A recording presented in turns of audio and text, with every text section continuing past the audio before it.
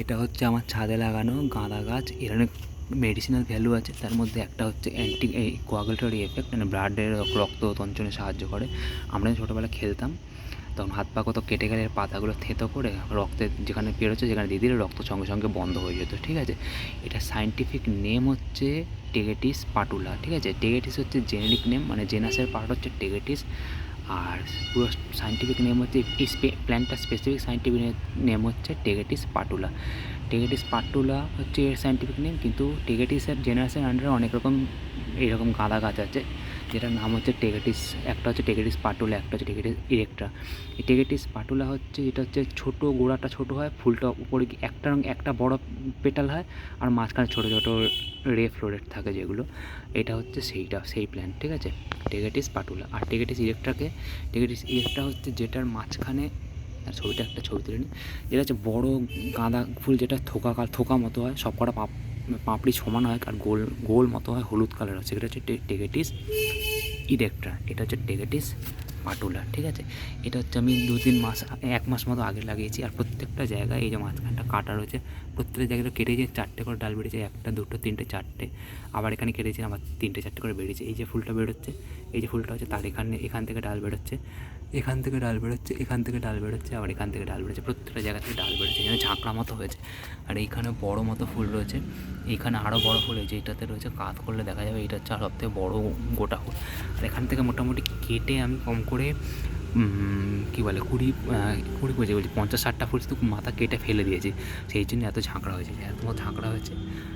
এই যে গাছটা এখানে কাটা, এইখানে কাটা, পুরো ঝাঁকড়া, ঠিক আছে, কাটা কাটা কাটা কাটা প্রত্যেকটা স্টেপে, এখানে কাটা, এখানে কাটা, এখানে কাটা, এখানে কাটা, এখানে লাস্ট কেটে ছেড়েছি, সেই জন্য এখানে ঝাঁকড়া হয়েছে। এবার এটা যখন বড়ো এইরকম সেম গাছ হয়, এখানে যেমন বাড়ছে, এখানে 4টে ডাল অলরেডি ছেড়েছে। ঠিক আছে, এইটা যখন বড়ো হবে, এখানটা এতটা মতো লম্বা হয়ে যাবে, এতটা মতো লম্বা, আর এখানে আরও ডাল ছেড়ে গাছটা পুরো ঝাঁকড়া হয়ে যাবে। দেখেন সার দিয়েছে, প্রথমে 3 দিন পর জল দিচ্ছিলাম, গাছগুলো ছোটো ছিল বলে। এখন বর্তমানে 2 দিন পর দিতে হচ্ছে। কালকে দিইনি, কালকে তার আগের দিন দিয়েছিলাম, কালকে পরিবেশটা ভেজা ছিল, সেই জন্য জলটা দিতে হয়নি।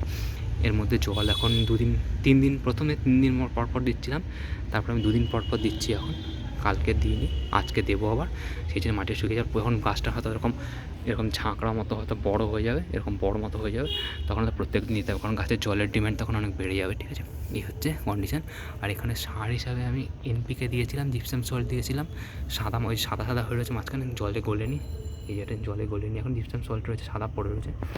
এই জলের মধ্যে গুঁড়েও দিয়েছিলাম, আর গুঁড়োও দিয়েছিলাম, আর এনপিকে দিয়েছিলাম, আর কিছুটা ওখানে সার হিসাবে ওটাই কী বলে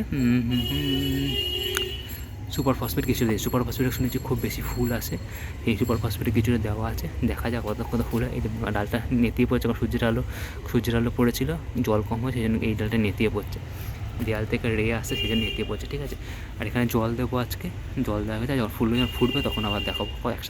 একসাথে অনেকগুলো বাড়ছে, কটা বাড়বে একসাথে দেখা যায়। 50 মতো কেটে ফেলে, যেমন 20-25টা মতো ফুল, তো 20 এখানে অলরেডি রয়েছে।